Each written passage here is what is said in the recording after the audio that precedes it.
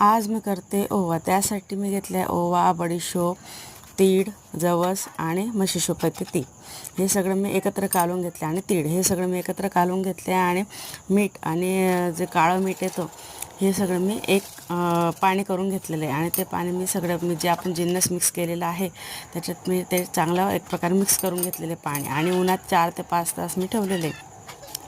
जसं त्याचं पाणी सगळं सुकलं गेलेलं आहे तसं मी ते नंतर खाली आणलं आणि नंतर मी गॅसवर मंद आचेवर ते खरपूस होईस्तोवर भाजून घेतलेले। तुम्ही बघू शकता मी कशा प्रकारे भाजते। तर आता हे होते तोवर तुम्ही चॅनलला लाईक करा, शेअर करा आणि सबस्क्राईब करा।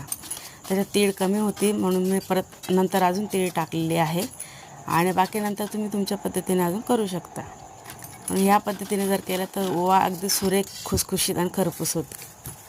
चला तर मग ट्राय करून बघा, मला कमेंट करून सांगा कसे होत आहे। लाईक करा, शेअर करा, सबस्क्राईब करा।